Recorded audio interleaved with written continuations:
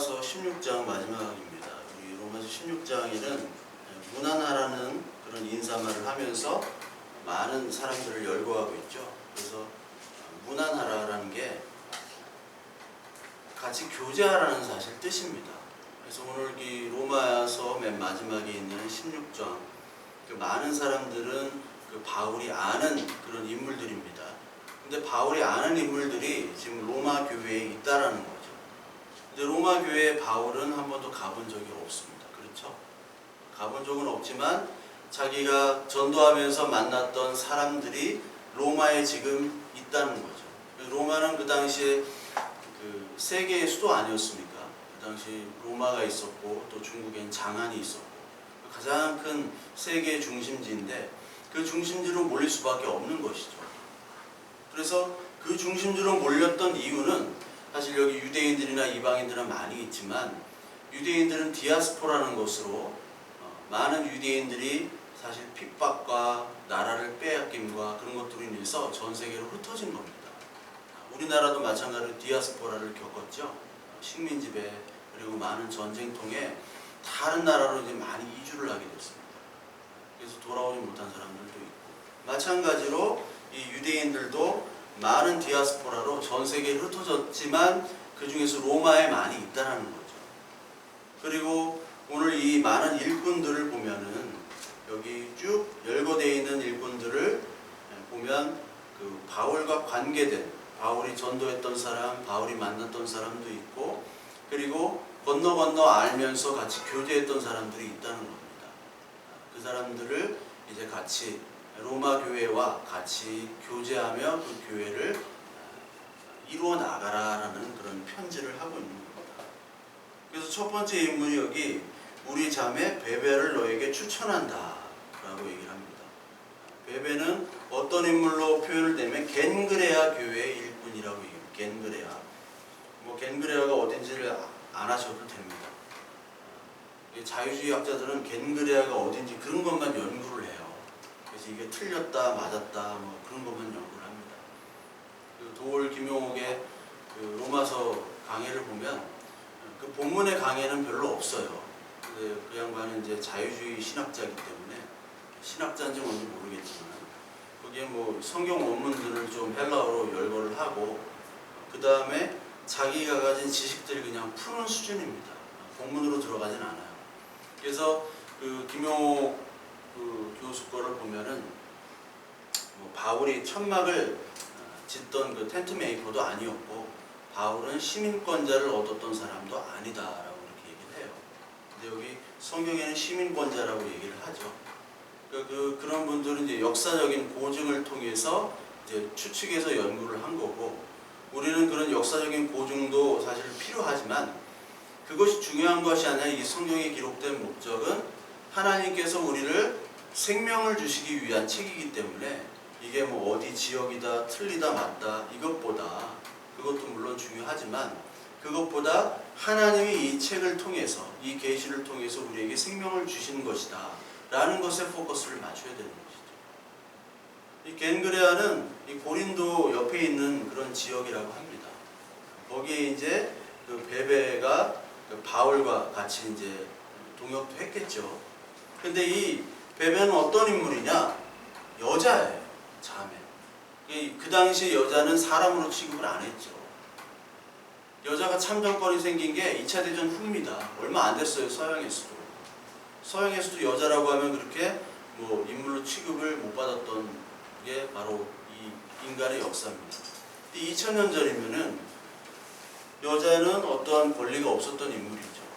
근데 그 여자를 추천했다는 것은 특이하고 대단한 인물이었던 거죠. 그러면서 여기 일꾼이라는 것이 여기 집사라고 물론 나옵니다. 집사, 일꾼. 이 집사, 디아코논이라는 헬라어인데 디아코논. 이게 그냥 우리가 얘기하는 지금의 집사가 아니라 여기 성경에서 나오는 집사라는 것은 리더격입니다. 목사와 집사 같은 거예요. 감독. 성경에 나오는 게. 집사라고 하는 게 디모데전서 3장 8절에 나오는데요. 그 3장 8절에 보면은 집사의 자격이 있어요. 이와 같이 집사들도 정중하고 일구위원을 하지 아니하고 술에 임박이지 아니하고 더러운 일을 탐하지 아니하고 깨끗한 양심의 믿음의 비밀을 가진 자라야 할지니 이에 이 사람들을 먼저 시험하여 보고 그 후에 책망할 것이 없으면 집사의 직분을 맡게 할 것이요. 이런 말씀이 있습니다. 그 집사의 조건들이 있죠. 그 모범을 보여야 되는 사람들이죠. 믿음에도 모범, 행실에도 모범. 그러니까 이 모범을 보였던 이 베베가 어떤 사람이었느냐? 물론 모범을 보였겠지만 그 2절에 보니까 그에게 소용되는 바를 도와줄지니 이는 그가 여러 사람과 나의 보호자가 되었습니다. 그러니까 많은 사람들과 바울 자신의 보호자, 여기는 후원자라는 뜻입니다. 프로스타티스라고 그 헬라어로 얘기하는데 사회적인 영향도 있었을 거고요. 자산가였을 겁니다. 그래서 어떤 물질로도 도와주고 같이 동역됐던 사람이죠. 그러니까 여자이면서 여자를 먼저 소개했던 것은 대단한 영향력이 있었던 사람이었을 것으로 추측이 됩니다. 그래서 이 베베에게 사실 이 바울은 무엇을 부탁하는 거냐면 베베를 내가 너에게 추천하여 보낸다라는 것은 내가 지금 이 로마의 편지를 가지고 베베 편으로 보내겠다라는 거예요. 그러니까 그 당시는 뭐 메일이 없었잖아요. 이메일 같은 게 없었으니까 카톡이면 가능한데 이게 그 당시는 누가 직접 편지를 들고 가야 됩니다. 편지를 잃어버릴 수도 있어요. 그 베베를 통해서 이 편지를 들고 가는 겁니다. 베베가 가장 중요한 사명을 띠고 지금 가는 것이죠. 그래서 베베를 추천하면서 베베를 잘 영접해라. 내 편지를 가져가고는 메신저라는 거예요. 그러니까 하나님께서도 우리에게 메신저의 역할을 주신 거죠. 하나님의 말씀을 주는 메신저의 역할. 그래서 교회가 거룩한 것이고 교회가 하나님 아버지 그 예수 그리스도가 머리가 되신 분 그 조직이기 때문에 그 모임이기 때문에 바로 교회가 의미가 있는 것이고 거룩한 것이지 하나님의 말씀을 전하지 않는 메신저의 역할을 포기하면 그건 교회가 아니죠. 그렇죠? 교회가 그냥 사람만 많이 모이게 하고 돈만 많이 걷어가지고 뭐 하나님 일을 한다. 근데 하나님의 말씀은 빠졌다면 그건 교회 역할이 아니죠. 우리는 하나님께서 메신저로 불렀다는 겁니다. 하나님의 말씀의 전달자. 오늘 찬양도 있죠. 십자가의 전달자. 그걸로 우리를 부른 거예요. 그러면서 이 베베를 잘 영접해라. 그러면서 이제 다음부터 이 3절부터 계속해서 인물들이 나오죠. 그래서 그 3절부터 인물이 26명이 나옵니다. 그 26명 중에 9명이 여자예요. 그러니까 그 여자들이 얼마나 많이 이 당시 교회에 활동을 하고 헌신을 하고 수고를 했는가. 지금도 마찬가지죠. 지금도 교회 가보면 남자들은 뭐 폼이나 잡고 있어요. 폼이나 잡고 그냥 뭐 대표기도나 하고 밥이나 먹고 옵니다. 그 여자분들이 다 거기 수고하고요. 다 헌신을 해요. 특히 우리 한국교회 성도들의 이들의 헌신은 전 세계에서 따라갈 수가 없어요. 다른 나라 교회 가면요 밥도요 다 돈 주고 먹어야 돼요. 여러분, 저도 교회 갔다가 한인교회 말고는 밥 먹으려고 내려갔다가 돈 내라고 해가지고 한국교회는 안 낸다고. 그러니까 한국교회만 수고하고 헌신하고 그래서 다른 사람에게 대접하고 교회 안에서 그렇게 봉사하는 게 즐거워요. 한국교회. 특히 여자 성도들은. 이 당시에도 여자 성도들이 이렇게 수고하고 고생을 했다는 거죠. 그래서 그 중에 4명의 여자, 여기 수고가 많았다는 게 4명의 여자가 나오는데 마리아, 두루베나, 두루보사, 버시 이런 여자들은 특히 그 앞에 수고라는 단어를 써요. 수고하다. 수고하다는 말이 그 헬라어로 코피아노인데 이 코피 날 정도로 수고했다는 거죠. 엄청난 수고 가운데 교회가 이루어진 겁니다. 그래서 교회는요 하루아침에 이루어진 것도 아니고 많은 사람들의 보이지 않는 헌신과 노력이 필요해요. 저희 교회 아무것도 아닌 것 같잖아요. 그게 수고와 헌신들입니다. 수고와 헌신들. 너무나 수고했고 헌신했던 그 사람들. 근데 하나님이 이상하게도 그 당시 수고하고 헌신했던 사람들은 이렇게 다 떠나가게 하고 또 다른 사람을 오게 하고 이렇게 하나님의 섭리는 참 오묘합니다. 그래서 같이 평생을 같이 하자 했던 사람들은 지금 어디 있나 몰라요. 근데 내가 알지도 못하는 사람들이 다 왔어요. 바울도 마찬가지. 바울도 이따 디모데 후서에 보면은 세상을 사랑해서 떠난 사람들이 있어요.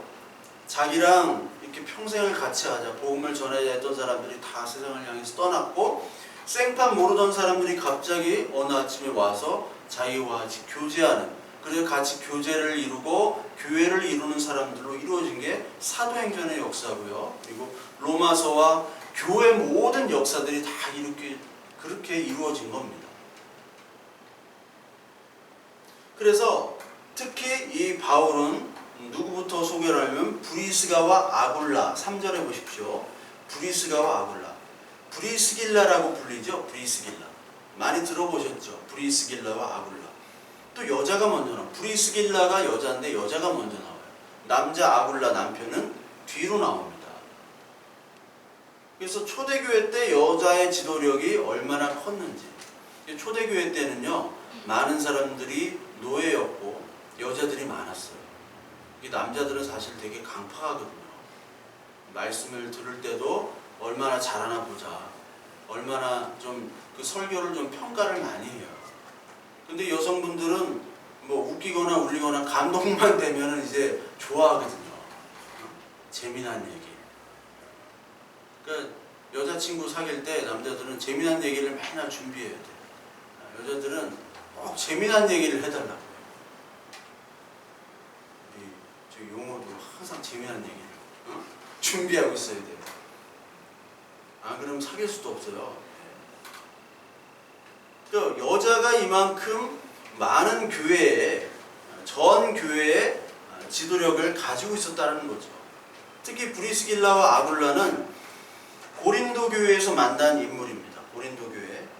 그래서 특히 사도행전 18장을 보면은요, 이 브리스길라와 아굴라가 아볼로에게 복음을 전했다는 뜻이 나와요. 그 장면이 나와요. 특히 여기 사도행전 18장 1절에 보면 바울이 아덴을 떠나 고린도에 이르러 아굴라라는 본도에서 난 유대인 한 사람을 만나니 글라우디오가 모든 유대인을 명하여 로마에서 떠나라고 한 고로 그가 아내 브리스길라와 함께 이탈리아로부터 새로 온지라 바울이 그들에게 가매요. 이런 말이 있어요. 그러니까 원래 이 사람들이 로마에서 산 사람들이에요. 그러니까 유대인이었는데 디아스포라로 로마로 가가지고 거기서 텐트 메이커를 한 거예요. 막 천막을 짜고 그랬던 사람들인데 여기에 로마에서 떠나게 되죠. 왜 떠나게 되면 글라우디오가 황제입니다. 글라우디오스 황제. 그래서 로마의 황제가 처음에 아우구스투스 옥타비아누스잖아요. 그 다음에 티베리우스. 그리고 그 다음에 이제 갈리큘라라고, 갈리큘라 영화도 나왔어요.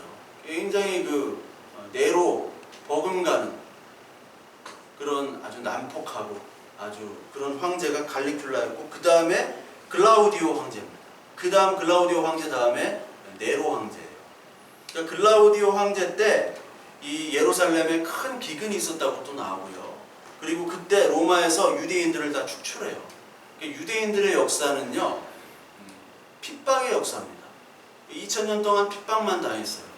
이 당시에도 로마 시대 때는 로마 전역에 유대인들이 가장 자기 유일신 종교이기 때문에 로마의 핍박을 받았고, 또 이제 로마 후에 이제 중세 시대 때 이후부터는 누구를 죽였냐면 예수를 죽였다는 것으로 유대인들이 계속 핍박을 받죠. 핍박의 역사입니다. 사륙의 역사가 바로 유대인이에요. 그래서 로마에서 떠나라고 유대인들을 다 명했어요. 그래서 떠나서 어디를 갔냐? 고린도로 간 거죠. 우리가 우리의 마음과 우리의 생각과 계획과 뜻하지 않게 이곳에서 저곳으로 쫓겨갈 수도 있고요. 내가 망할 수도 있고 또한 흥할 수도 있어요.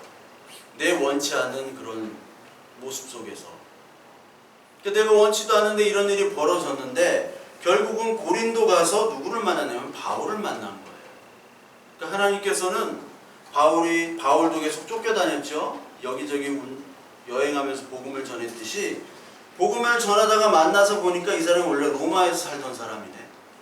그리고 굉장히 신실한 사람이고 성경의 말씀을 굉장히 잘하는 사람이에요. 그래서 아볼로라는 굉장히 출란 인물이 있습니다.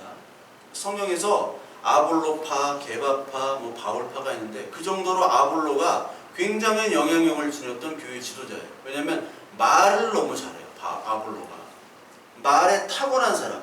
바울은 자기는 말을 못한다고 그랬어요. 근데 아볼로가 너무나 타고난 사람이었는데 이 아볼로에게 성경 말씀을 가르쳐준 사람이 바로 브리스길라와 아굴라예요. 아볼로에게.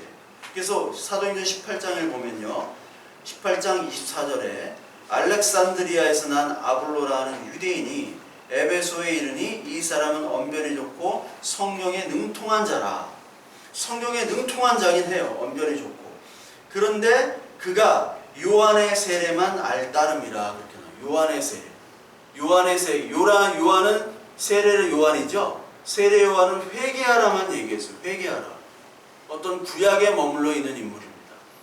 구약의 마지막 인물이 세례 요한이에요. 그래서 예수님께서 뭐라고 얘기하셨냐면 하늘나라에 가면 가장 작은 자라도 요한보다 더 크다고 얘기하셨죠. 그 말 아십니까? 요한은 이 땅에서는 어미에게 인간에서 난 자 중에는 가장 큰 자예요. 그러니까 인간적으로 보면 가장 훌륭한 자고 구약적인 관점으로 보면 가장 훌륭한 선지자인데 하나님의 나라의 관점에 보면은 이 하나님의 나라 복음을 얻은 사람은 요한보다 더 낫다라는 거예요. 왜냐하면 요한은 아직 구약까지기 때문에 회개하라 하나님 나라가 왔다 거기까지. 그 하나님의 나라에 들어가는 도구지만 들어가진 못했던 인물이에요. 물론 하나님의 나라에 들어갔던 그 인물이죠. 천국을 간 인물이죠. 그런데 이 아는 것은 회개의 영만 임한 거예요. 예수 그리스도를 직접 보고 듣고 그 예수 그리스도 복음을 만나지 못한 인물로 나옵니다. 세례 요한이 사촌왕이에요. 예수님의 사촌지가.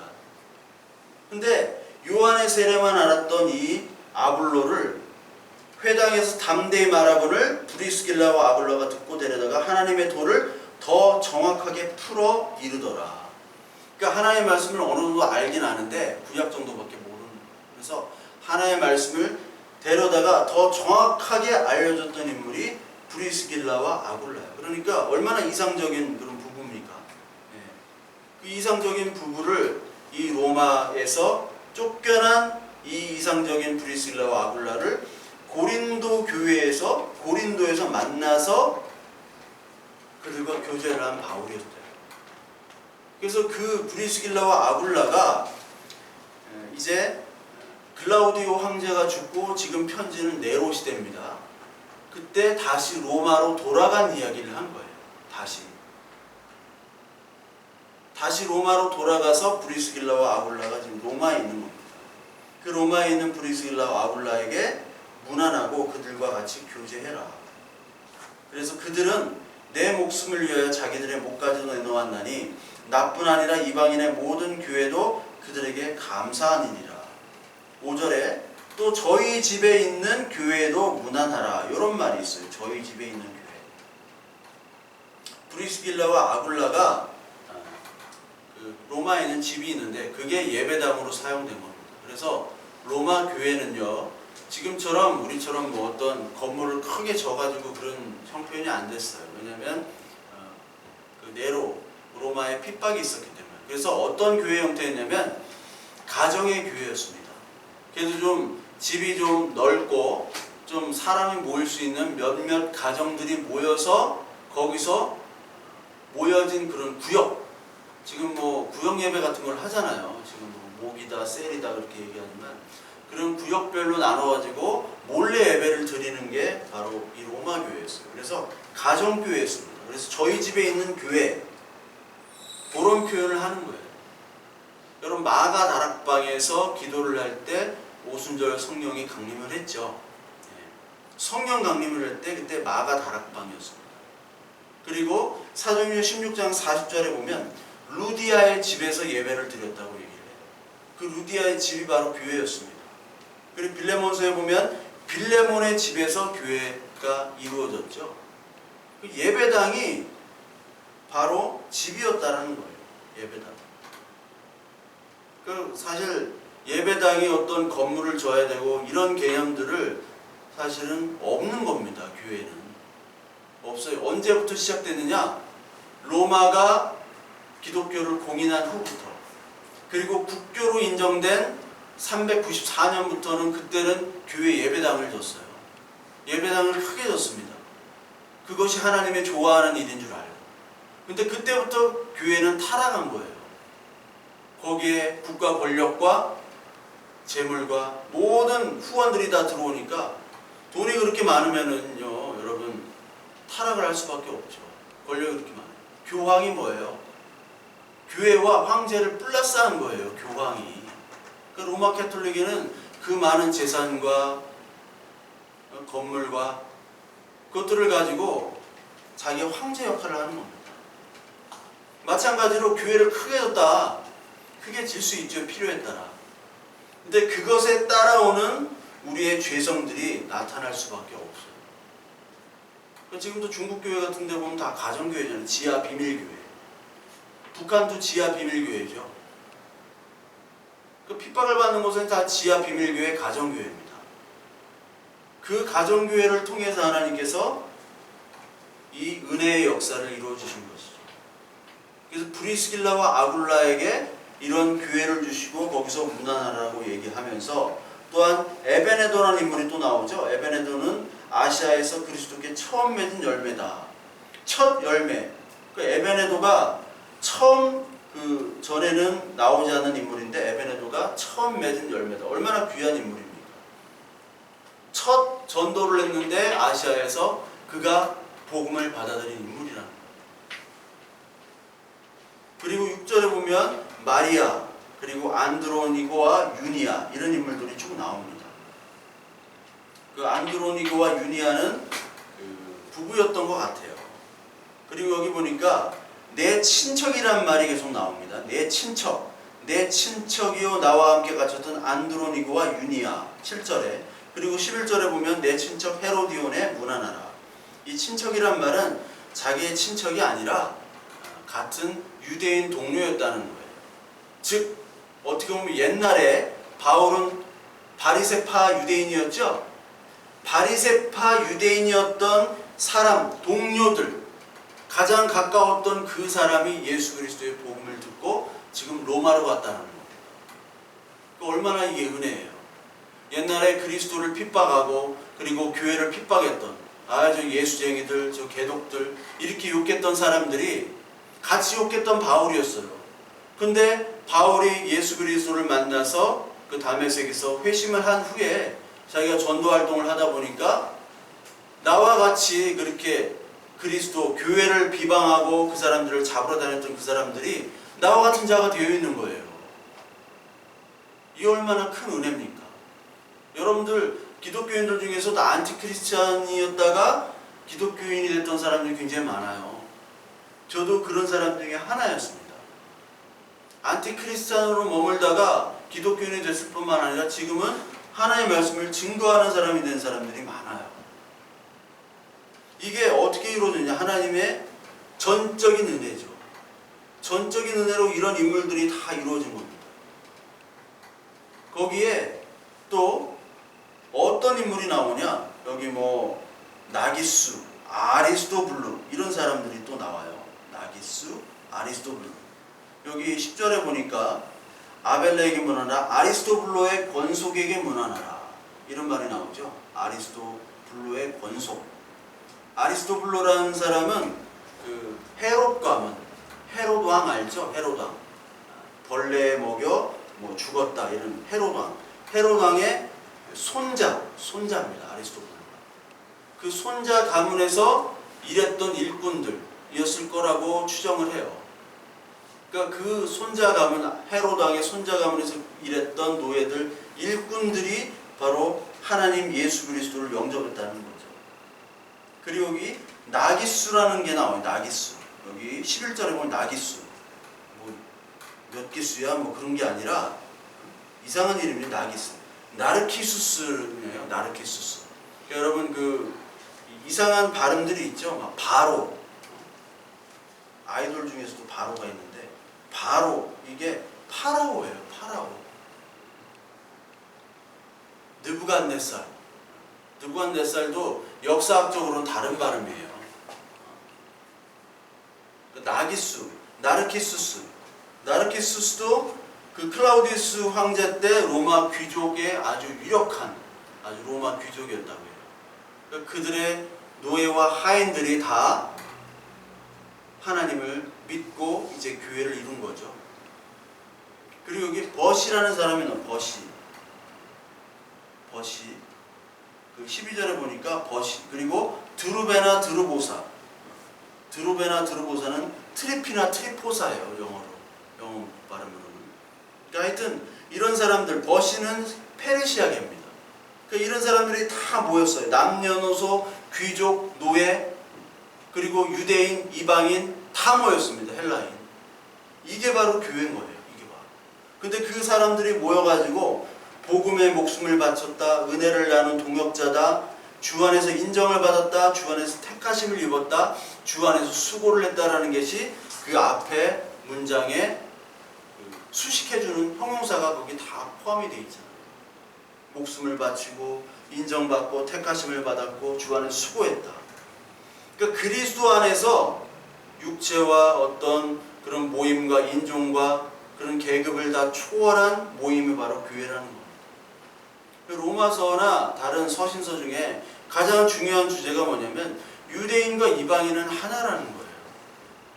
유대인과 이방인. 이 한국은 단일 민족이기 때문에 그걸 잘 모르는데, 여러분 이 교회에 만약에 막 이슬람이 어떤 사람도 오고 막 피부도 검은 사람, 하얀 사람, 말도 우리나라 말을 못하고 여러 가지 막 이상한 다른 나라 말들을 하는 사람들이 다 모여서 하나의 교회를 이룬다고 생각을 해보세요. 어떻게 보면 되게 혼란스러울 수 있지만 되게 은혜인 거죠. 내가 믿는 하나님이 야, 저 사람 좀 있네. 신기하지 않습니까? 그 외국의 그리스도인이랑 이렇게 얘기를 해보면 처음에 내가 이렇게 알고 믿던 하나님을 저 사람들 사실 믿을까? 물론 이 기독교가 서양에서 또 왔지만 서양 사람들이 정말 우리 같은 그런 열심과 뜨거움이 있을까? 그런 생각을 해요. 열심과 뜨거움이 있을까? 저도 예전에 말씀을 드렸잖아요. 제가 그 불가리아 소피아에서 이스탄불까지 기차를 타고 가는 중에 제 앞에 선교사를 만났다고. 미국 선교사. 그래서 뭐 되지도 않은 영어로 한 15시간을 가야 돼요. 15시간. 15시간을 마주보고 가야 돼요. 그러니까 뭐 얘기를 할 수밖에 없어요. 예. 자기도 하고 얘기도 했다가. 근데 우리 한국 사람 하면 되게 열정이 있잖아요. 세계에서 모든 게 열정입니다. 뭐 승질내는 것도 열정이 있어요. 요즘은 뭐 택시 운전사람 뭐 칼부림 났죠. 택시 안에서 방귀 꼈다고 승객이. 그리고 문 세게 닫았다고 또 칼로 찌르고 막. 우리나라는 뭐 화를 못 참고 이 안에는 열정이 하도 많아가지고. 근데 그 외국 사람이 열정이 없을 거라고 생각했는데요. 그 외국 사람들의 말 중에 우리는 막 행동과 말로 하다가 나쁜 거지만 좋은 것도 있지만 나쁜 거지만 급속히 식어요. 그렇죠. 급속히 식는데 외국 사람들 그 사람들 지들끼리 얘기하는 거를 가만히 들어보니까 그 15시간 내내 잠도 안 자면서 선교에 대한 얘기만 해요. 선교에 대한 얘기. 근데 저도 목사지만 목사님들이 거기 갔으면 얘기 안 했을 거예요. 뭐가 맛있고 어디 가면 좋고 뭐 그런 얘기 많이 했을 거예요. 근데 선교 얘기밖에 안 해요. 물론 제가 영어가 짧아가지고 잘못 들었을 수도 있습니다. 네. 선교 얘기. 근데 한 친구는요, 여기 막 귀도 3개나 뚫고 막 문신도 있어요. 여기 팔에 막 문신이 있어. 뭐 물방울 모양의 문신이야. 이게 뭐냐 그러니까 예수 그리스도의 보혈이네. 네. 그리고 뭐 여기 귀를 3개 뚫었어요. 너 왜 3개 뚫었냐 그러니까 삼위일체를 상징하는 거예요. 그 친구 이름은 기억하는 네이단이라고. 한동안 또 이메일로 또 편지 주고 받다가 지금 뭐 어떻게 사나 잘 살겠죠. 주님 은혜 안에서. 그러니까 그 하나님 안에서 많은 인종들이 같이 있는 거예요. 그게 로마서의 주제 중에 하나예요. 여러분 갈라디아서 3장 한번 볼까요? 갈라디아서 3장 25절부터 28절까지 같이 보면요. 갈라디아서 3장 25절 28절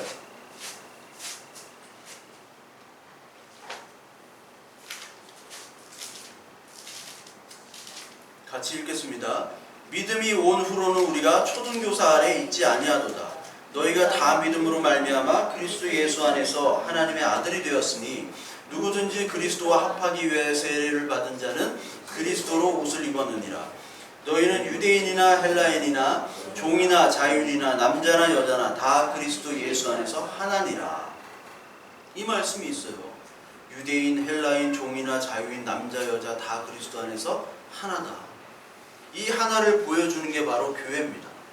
그 교회는 다른 사람들이 경외롭게 생각을 해요. 아니, 저 사람들이 인종, 계급 뭐 다 다른데 어떻게 저렇게 하나로 있을까?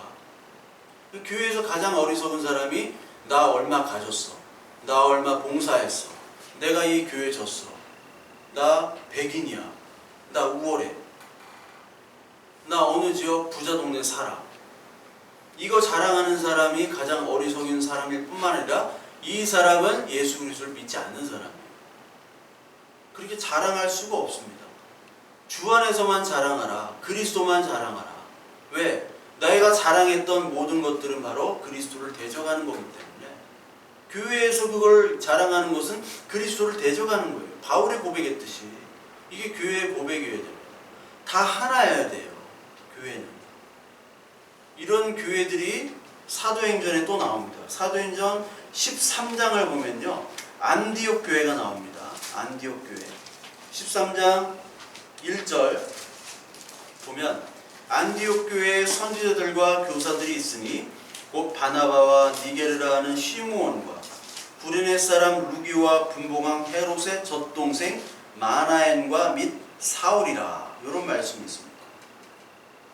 안디옥 교회는 선지자 교사들도 있고 거기에 바나바하고 니게르는 흑인이라고 추정이 돼요. 니그로라고 하죠. 흑인을. 니그로. 흑인한테 니그로란 말 쓰면 큰일 납니다. 니게르라고 하세요. 니게르. 흑인 출신이에요. 시므온 그리고 구레네 사람 루기오. 지역도 다 달라요. 근데 여기 분봉왕 헤롯의 젖동생. 분봉왕 헤롯. 그 헤롯. 분봉왕 헤롯의 젖동생이 우리 형제 중에 젖동생이 뭡니까? 막 물어봐죠. 젖동생이. 젖을 같이 나눴다는 게 아니라 같이 자랐다. 그래가지고 영어로 보면요. Who had been brought up with him. 이런 말이에요. brought up. bring up. bring up이 같이 자라는 거잖아요. brought up. 같이 자랐다는 거예요. 놀면서. 그러니까 좀 왕족이랑 놀려면은 좀 귀족 이상해야 되잖아요. 여기 보니까 흑인 노예, 귀족, 뭐 바나바, 사울 바울이 되죠. 이런 모든 지역마다 다른 사람들, 계급이 다른 사람들이 다 모여가지고 예배를 드린 거예요. 이게 바로 교회라는 모습이죠. 교회. 그 느헤미야 3장에서도 보면요, 성벽을 건축하는 인물들이 쭉 나와요. 많은 사람들, 무명의 이름들이 쭉 나옵니다. 성벽이 무너졌을 때 느헤미야가 성벽을 건축해야 했다고 하잖아요. 그래서 성벽을 건축할 때 많은 사람들이 동원되는데 그 이름들이 다 나와요. 누구는 어디를 건축하고 누구는 어디를 짓고 그 성벽이 둘러싸인 동서남북으로. 그 모든 사람들이 기록되어 있는 거예요. 성전이 바로 교회 아닙니까? 성벽이 바로 교회잖아요. 그 성전의 울타리를 치는데 그 교회의 기초를 놓을 때 많은 사람들이 합심하여 인종과 어떤 뭐 계급을 떠나서 그리스도를 믿는 사람들이라면 그 성벽을 건축하는데 모든 사람이 동원됐듯이 교회는 바로 이런 모습이어야 됩니다. 인종과 어떤 계급을 떠나서 모두 다 수고하고 씨 뿌린 결과로 이 교회가 이루어진 거예요. 진정한 교회의 모습은 다양성 가운데 유일성이 있어야 돼요. 또 유일성 가운데 다양성이 있어야 돼요. 이 말은 뭐냐면 다 다양한 사람들이 유일한 예수 그리스도를 고백해야 되고요. 그리고 예수 그리스도 안에서 모든 사람이 다양한 개성이 표출이 돼요. 여기는 모든 사람들이 다 똑같은 언어, 똑같은 말, 똑같은 생각만 하면은요 이상해요. 모습도 똑같아 봐요. 얼마나 이상입니까? 모습도 다 다르지만 성격도 다 다르지만 그 안에서 예수 그리스도가 있을 때 그 다양함이 빛을 발휘하는 겁니다. 그리스도가 없으면요, 그 다양함이 싸움으로 반전이 돼요. 그러니까 교회마다 싸우는 것은 뭐냐면, 싸움이 있는 교회는 그리스도가 그 안에 없기 때문에 그렇습니다. 저희 교회도 부끄러운데 여기 모르실 거예요. 초창기 멤버들이 오늘 안 와가지고 싸우기도 하고요. 다 각자 개성이 많은, 개성이 독특한 분들이 많이 왔어요. 특히 뭐 개척교회는 사실 다 그렇습니다. 그러니까 큰 교회는요, 자기가 개성이 있어도 어떻게 나타낼 수가 없어요.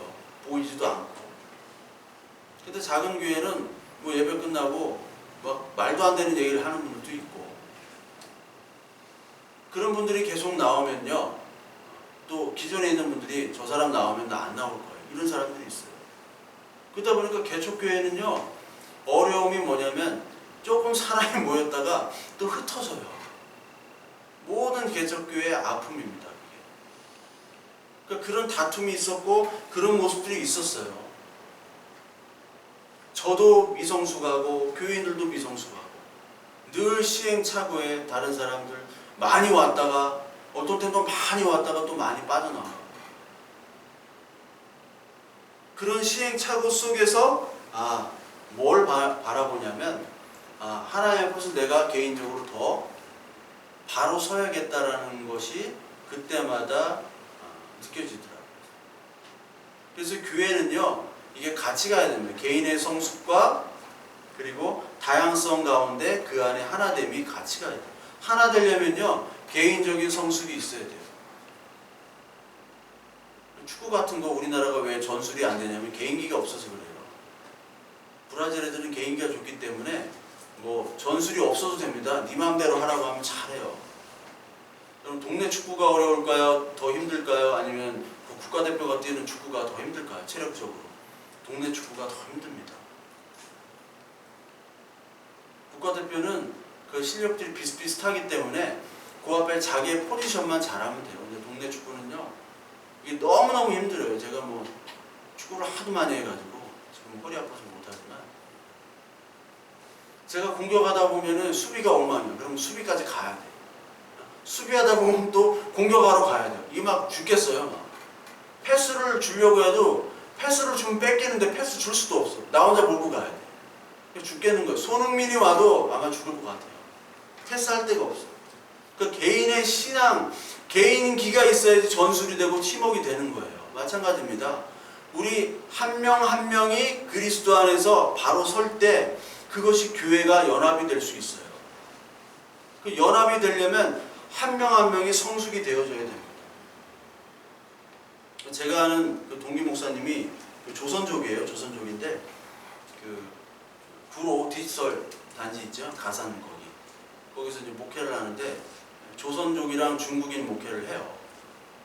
그러니까 가끔씩 전화하면은 뭐 잘 돼? 그러면 뭐 그냥 한마디로 그냥 얘기를 하죠. 잘 되냐고, 잘하고 있냐고. 그러면 뭐 이런저런 얘기하다가 조선족들도 많이 오겠네. 그러니까 자기는 조선족들을 안 봤는데요. 왜 본인이 조선족이면서? 조선족이 오면은 중국인들이랑 늘 싸운대요. 그리고 교회에서 자기들이 왕이 되려고 이렇게 한다고 해서. 근데 사람이 이제 좀 거칠어졌더라고. 원래 좀 거칠거든요. 원래 좀 북한이나 그쪽이 사실 거칠어야 살아남잖아요. 근데 더 거칠어졌어. 그러니까 왜 성질이 그렇게 더러워졌어? 그러니까 성질 더럽지 않고선 여기서는 살아남을 수 없다. 이 조선족 중국인들 상대를 할 수가 없구나. 별의별 사람이 다 오니까. 그렇게 싸운대요. 그렇게 중국인, 조선인. 같이 그리스도 안에서 하나가 돼야 되는데 싸우는 거예요. 자기 관점에 갇혀가지고 이게 기존 교인들과 또 새로운 사람과 늘 마찰이 있는 거예요. 바람직하지 않죠. 교회라는 것은 다양성 가운데 내 다양성이 예수 그리스도 때문에 죽어야 되기도 하고요. 그리고 내 다양성이 예수 그리스도 때문에 이렇게 펼쳐나가게 빛날 수도 있는 것이 바로 교회입니다. 그것이 잘 조정되려면 하나님의 은혜가 개인적으로 먼저 임해야 돼요. 여기 나온 인물들을 쭉 보세요. 여기 나온 인물들을 보면 다 하나님의 은혜가 임했기 때문에 지금 개성들이 나오는 것이고 입맞춤하고 문안을 하라는 겁니다. 이게 하나님의 신비 중에 가장 큰 신비예요. 너무나 큰 신비. 서로 인종이 다르고 언어가 다른데 어떻게 예수 그리스도 안에서 하나에 뭉쳤느냐. 저와 여러분들이 마찬가지죠. 막 서울에서 오시고 멀리서 오시고 여기가 왜 뭐라고 여기가 왔는가. 저도 뭐 서울 지역으로 예배드리러 갔지만 지금 뭐 코로나 때문에 예배가 참 여의지도 않고 공무원들이 맨날 요 앞에 기다려요. 뭐 QR코드 했냐. 나는 QR코드 못한다. 하기도 싫지만 여기 교회 예배당 뭐 QR코드 할 필요도 없고 그리고 나는 4명이 핸드폰이 없기 때문에 뭐 QR코드 뭐 왔어요. 공문서가 뭐 보니까 자기 명의로 되지 않으면 QR코드가 안 지켜버리면 나는 안 지키고 하여튼 나는 못한다. 정부에서 너무 이렇게 좀 너무하다 싶은 그런 것도 있고요. 또 요즘 이렇게 교회에 또 확진자가 또 생기잖아요. 교회가 또 잘못하는 것도 또 있습니다. 예배드리기가 이제 더더욱 힘들어지는 시기예요. 어디 뭐 스터디룸 같은 데 가서도 좀 힘들고 그렇지만 그런 힘들 때 함께 모인다는 것 자체가 이게 바로 기적인 겁니다. 하나님의 은혜 아니면 이게 모일 수가 없어요. 특히 여기 바울과 함께한 여기 사람들, 여러분 그 사람을 알려면 친구를 보면 안다고 하죠. 바울의 친구들이에요. 근데 바울이 어떤 사람입니까? 우리가 사람들을 사귀려면 좀 매력적이고 나한테 또 도움도 줄 수가 있고 서로 뭐 그렇게 해야지 좀 친구도 사귀고 그러는데 바울이 어떤 사람이면 지난주에도 뭐 본문을 읽었지만 고린도후서 11장 한번 보세요. 고린도후서 11장 23절에서 28절을 보면 유대인들에게 40대 하나 감한 매를 5번 맞고 3번 태장으로 맞고 1번 돌로 맞고 3번 파산하여 일주일 깊은 바다에 지냈으며 여러 번 여행하면서 강의 위험과 강도의 위험과 동족의 위험과 이방인의 위험과 시내의 위험과 광야의 위험과 바다의 위험과 거짓 형제 중의 위험을 당하고 또 수고하며 애쓰고 여러 번 자지 못하고 주저리며 목마르고 여러 번 굶고 춥고 헐벗었노라. 이 외의 일은 고사하고 아직도 날마다 내 속에 눌리는 일이 있으니 곧 모든 교회를 위하여 염려하는 것이라. 내가 부득불 자랑할진대 내가 약한 것을 자랑한다. 그 약한 것만 자랑할 수밖에 없는 인물이에요. 맨날 맞고 터지고 다니고. 그럼 내가 아는 친구가 맨날 맞고 터지고 다니면서 나 도와달라고 하면 여러분들 만나고 싶어요? 만나고 싶지 않죠? 예수 그리스도 안에서 미친 자처럼 맨날 다니는 사람이에요. 그래서 베스도가 사도행전 25장에 네 많은 학문이 너를 미치게 만들었다. 네 많은 학문, 공부를 많이 해가지고 네가 미친놈이 됐다라는 거예요. 여러분 명동에 가시면 예수천국 불신지옥 막 뭐죠? 그게 베리칩 받지 말라고 맨날 이렇게 하면서 맨날 스피커 들고 돌아다니잖아요. 그거 많이 보셨죠? 방송에도 보시고 직접 가보면 막 이렇게 막 스피커로 하는데 저 사람들 왜 저럴까 다 그렇게 생각하잖아요. 그 사람들이 저 사람들 미쳤구나. 진짜 교인들 진짜 못 말린다. 정신병자들이다. 이렇게 얘기를 하는 거예요. 바울도 마찬가지로 정신병자로 많은 사람들이 취급을 했습니다. 일반인들을 볼 때 이 사람은 정신병자예요. 부끄럽습니다. 옛날에 잘 나갔던 바리새인인데 어떻게 저렇게 정신병에 걸려가지고 그랬나. 같은 동역했던 바리새 동역자들이 다 그렇게 생각했을 거예요. 창피하고 부끄러워. 여러분들 가족, 친척, 부모가 그렇게 해봐요. 여러분 부끄럽죠? 부끄러운 사람들이 있잖아요. 가족 중에. 저도 우리 집이 늘 부끄러웠어. 그래가지고 저희 집이 어렸을 때는 그 양철집에 있었어요. 양철집. 요즘같이 비가 오는 때는 그 양철에 비가 부딪히면 여러분 막 다다다다 막 총알처럼 들려요. 막. 그리고 나무로 만든 아버지가 손수 나무로 다 졌어요. 그걸 양철로. 근데 이렇게 비가 많이 오면은 자다 일어나면은 집에 신발들이 다 물에 둥둥 떠 있어. 예. 그런 집에 살았는데 여기 사거리 옆에예요. 사거리. 사거리에 있었어요. 사거리. 여기 옆으로 보면 사거리 있죠? 고속터미널 가는 여기 터미널 사거리. 그러니까 내가 학교 갈 때 그 집에서 나오는 거를 그 학교 전교생이 다 보는 거예요. 우리 여기 바로 뒤에 있는 초등학교 전교생이 3,000명이었거든요. 저 다닐 때 3,000명이 다 보는 거예요. 그래서 내가 애들 안 오나 할 때 이렇게 몰래 이렇게 집에 나가고, 집도 문이 그 양철이에요. 양철 화장실도 없고 막. 근데 어떤 친구가 내가 나오는 걸 봤어. 너 거기서 너 니네 집이야? 그러니까 아니야 우리 집 아니야. 내가 우리 집 아니야 거기. 그냥 둘러봤어. 그냥 뭐 있나 하고. 저희 집은 그때 목재소에 있었거든요. 목재소. 동일 목재라고 망했습니다. 목재소 해가지고 거기 맨날 저는 학교 갔다 오면은 맨날 망치를 못 받고 못 빼고 맨날 그게 일이었어요. 못 빼고 일군 아저씨랑 못 빼고 뭐 같이 일 도와주고 참새 잡아먹고 그물을 쳐가지고 참새 이렇게 하면 참새 이렇게 잡아먹었거든요. 근데 남들이 그렇게 보는 게 굉장히 창피했어요. 너무 못 사니까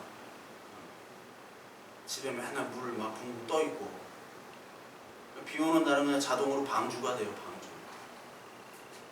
예수 그리스도를 믿었으면 우리가 방주구나 생각했을 텐데 안 믿었으면 이게 뭐 이놈의 집구석이고 왜 그러냐 이렇게 생각했겠죠. 늘 부끄러웠던 거예요. 그러니까 바울을 볼 때 많은 동역자들 옛날에 바울을 알던 사람들은 부끄러웠을 거란 말이에요. 근데 그 부끄러웠던 바울하고 같이 친구가 된 거예요. 이 사람들이. 어떻게 그럴 수가 있었느냐? 하나님의 은혜죠. 하나님이 하신 겁니다. 근데 그 부끄러움을 참지 못하고 고난과 그리고 부끄러운 모습을 참지 못하고 떠난 사람들이 있죠. 그래서 디모데후서 한번 볼까요? 디모데후서 1장 15절을 보면 디모데후서 1장 15절 보면 아시아에 있는 모든 사람이 나를 버린 이 일을 내가 안 하니 그 중에 부겔로와 허모게네도 있느니라. 이 말이 있어요. 그리고 16절에 원하건대 주께서 오네시보로의 집에 긍휼을 베푸시옵소서. 그가 나를 자주 격려해주고 내가 사슬에 매인 것을 부끄러워하지 아니하고 로마에 있을 때 나를 부지런히 찾아와 만났습니다. 그러니까 이 같이 하나님의 일을 할 때 두 사람으로 나눠지는 거죠. 한 사람은 세상이 좋아서 떠납니다. 여기 보니까 아시아에 있는 모든 사람이 나를 버렸다. 예수님이 십자가에 매달릴 때 예수님을 따랐던 모든 사람이 예수님을 버렸죠. 나 몰라, 저 사람 몰라. 내가 따랐던 사람은 저렇게 십자가에 빨가벗고 매달려가지고 부끄럽게 죽어가는 사람이 아니라고 생각합니다. 정치적인 메시아, 종교적인 메시아, 그리고 경제적인 메시아를 원했는데 내가 원했던 메시아는 저렇게 비참하게 능력 없이 죽어가는 메시아가 아닌 거예요. 그러니까 사람들은 다 떠났죠. 많은 사람들이 이게 진짜 기쁜 소식이다라고 이 복음이라고 생각해서 많이 따랐는데 결국은 이 복음이 내가 죽어야 되고 예수 그리스도가 살아야 되는 복음인 줄 알았다면 나는 믿지 않았다라고 하면서 떠난 사람들이 많았다는 거예요. 지금도 그렇고. 그런데 그것을 부끄러워하지 않은 사람들이 오네시보로예요. 그가 나를 격려해주고 내가 옥에 갇힌 것을 부끄러워하지 않았으며 로마에 있을 때 나를 부지런히 찾아와서 만나줬다는 사람. 그 사람이 오네시보로. 그 사람과 떠난 사람을 비교하죠. 디모데후서 4장에도 똑같은 말이 합니다. 디모데후서 4장 10절에 보면 데마는 이 세상을 사랑하여 나를 버리고 데살로니가로 갔고 그레스게로 갈라디아로 디도는 달마디아로 갔고 누가만 나와 함께 있느니라. 내가 올 때 마가를 데리고 오라. 그가 나의 일에 유익합니다. 다 떠났다는 거죠. 자기와 동역했던 사람이 다 떠나고 누가만 나왔네요. 누구만 남았냐면 누가만 나와 함께 있느니라. 누가 함께 있었냐? 누가만 있었어요. 누가. 아이스크림도 누가 맛있어요. 마가를 데리고 그가 나의 일에 유익하니라. 그러니까 누가만 남았다는 거예요. 여러분, 그러니까 믿음에 있는 사람이 극히 드뭅니다. 예배 드린다고 다 하나님의 자녀가 아니에요. 그리스도를 그렇게 처절하게 부르면서 기도한다고 해서 다 하나님의 자녀가 아닙니다. 더 잘 기도할 수 있어요. 내 유익을 위해서 더 잘 기도합니다. 내 가족과 아니만을 위해서 기도할 수 있는 거 더 열정적으로 기도할 수 있어요. 그러니까 여러분, 열정적으로 기도하고 막 열정적으로 피를 토해가면서 막 침튀어가면서 설교하고 이런 것에 여러분 속지 않으셔야 돼요. 한국 사람이 이런 거에 너무 잘 속아요.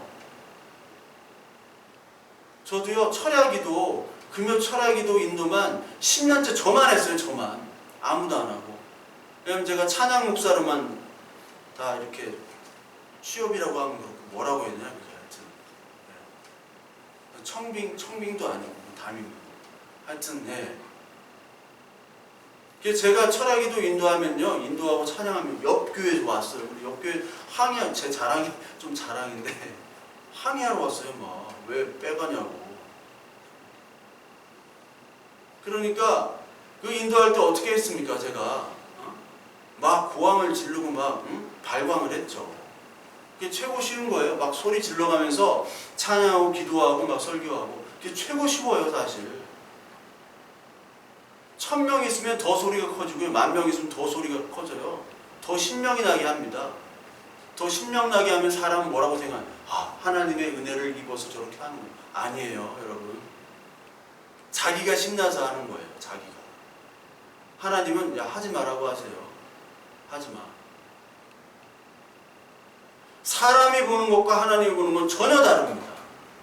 사람은 늘 속아요, 보는 것에. 늘 속아요. 다 떠나요. 하나님을 찬양한다고 하는 사람은 다 떠났습니다. 누가만 남고 마가 데려오고 디모데 너만 남았다. 감옥에서 나 찾아오는 사람 아무도 없고 너희들만 있구나. 디모데후서는 이제 감옥에 있는 거예요. 지금 감옥에서 죽을 날만 기다리는 바울을 찾아올 사람 아무도 없어요. 왜? 믿는 자가 없기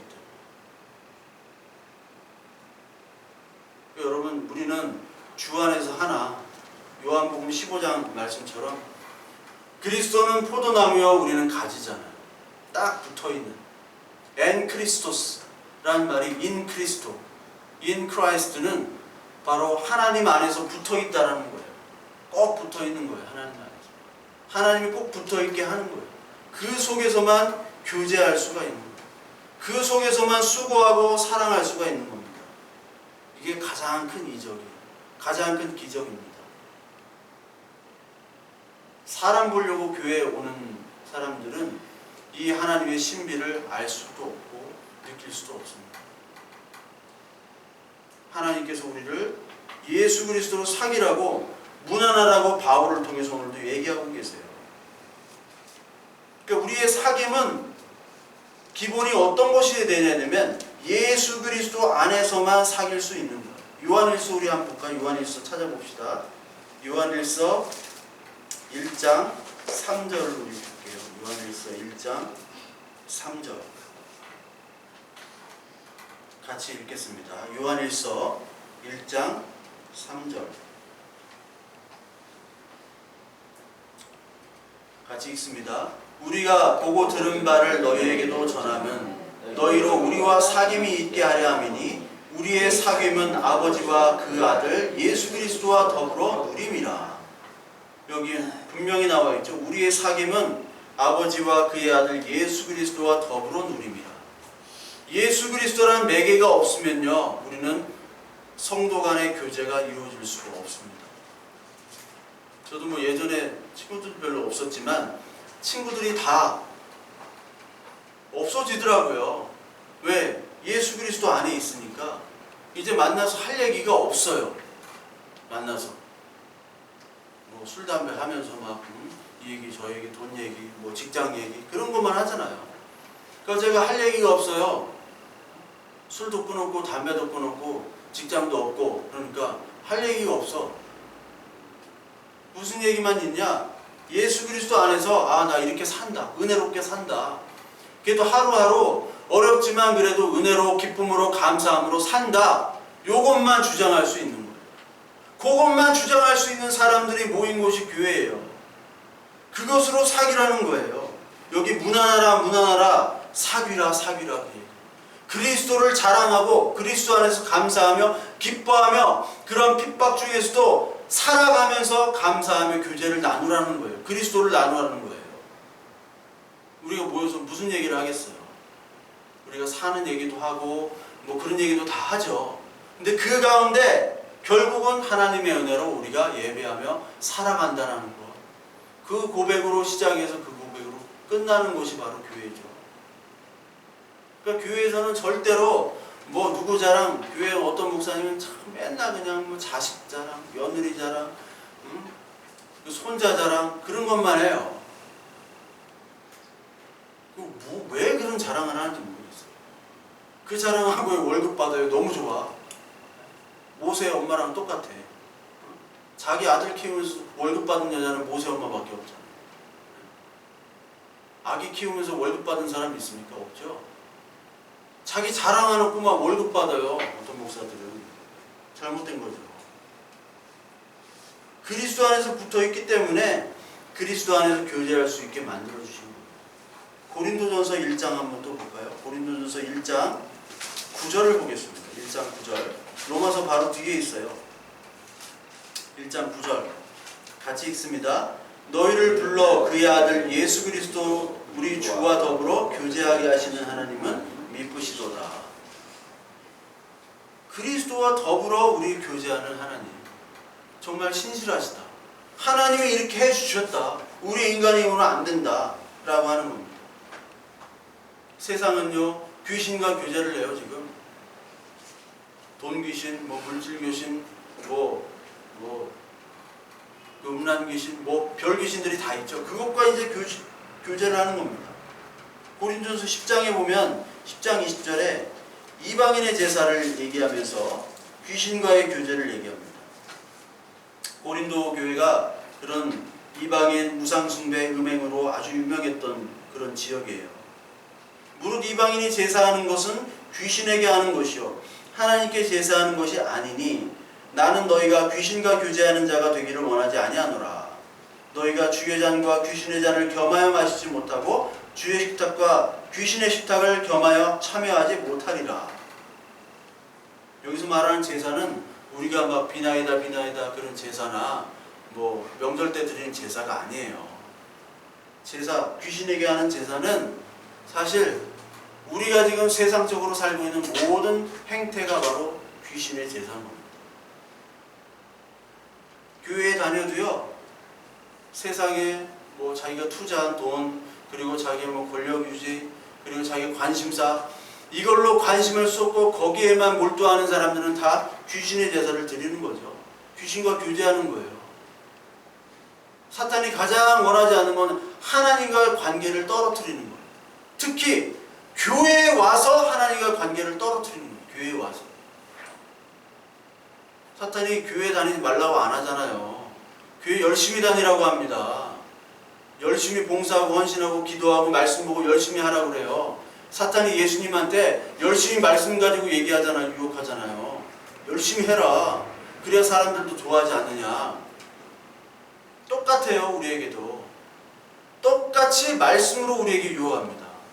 귀신 들린 사람은 다 말씀으로 유혹받아가 저런 거예요.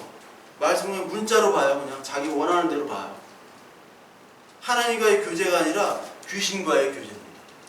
그래서 자기들은 어떻게 생각하냐면 하나님을 열심히 잘 섬기고 하나님의 사역을 감당하면서 하나님 오늘도 힘주시고 하나님이 나를 기뻐하신다라고 착각하면서 살고 있는 사람들이 부지기수예요.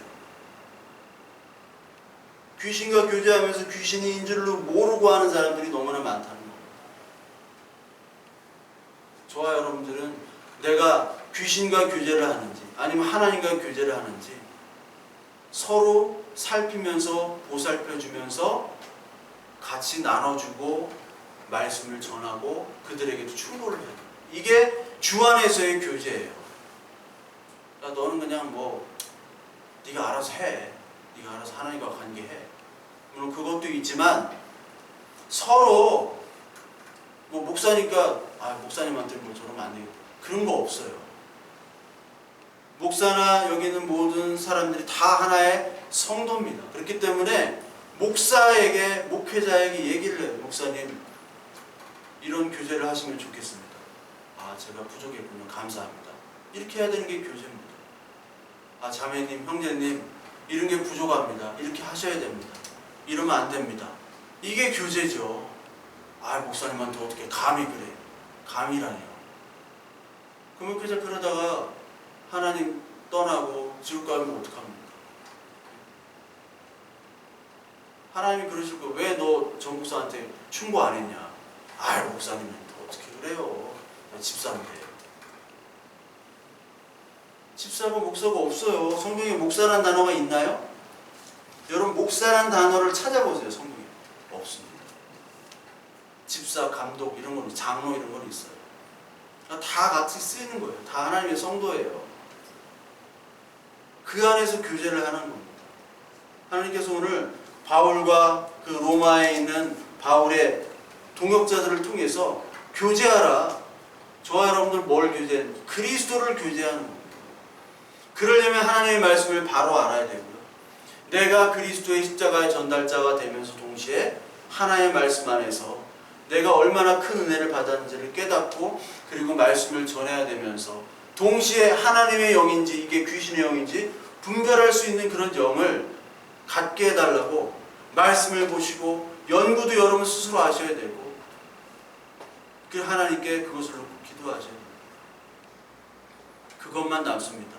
전염병이 창궐하고 자연재해가 이렇게 있고 올해 같은 여름은 없는 것 같아요. 비만 오다가 덥지도 않고 이런 여름이 어디 있습니까? 안 더우면은 과실도 안 열리고 인간의 자연재해가 그리고 전염병 그리고 전쟁도 날 거예요. 앞으로 이런 일들이 많이 날 때 우리가 어떻게 살아야 됩니까? 예수 그리스도를 믿지 않는 자들은 어디 의지할 데가 없어요. 우리의 본향은 천국임을 알지 못하는 사람들은 그냥 이렇게 살다가 죽는 거예요. 얼마나 불쌍한 인생입니까? 우리는 우리의 과거와 현재와 미래를 알고요. 창조부터 하나님의 재림, 예수 그리스도의 재림까지 아는 사람들. 이 사람들 하나님 우리를 먼저 보내시고 우리가 먼저 하나님과 교제한 사람으로서 하나님을 알지 못하는 사람들을 향해서 복음의 씨를 뿌리고 그들과 교제하도록 하나님 부르셨습니다. 저와 여러분들 여기 복음의 교제 그리고 하나님 안에서 그리스도 안에서의 교제 그리고 사탄의 교제가 아닌 그런 하나님 안에서의 교제를 통해서 우리가 십자가의 전달자 그리고 말씀의 전달자 그리고 동역자로 서로 문안하며 교제하는 그런 아름다운 교회가 되기를 간절히 소망하고 기도합니다. 이 십자가의 전달자 찬양하고 예배를 마치겠습니다.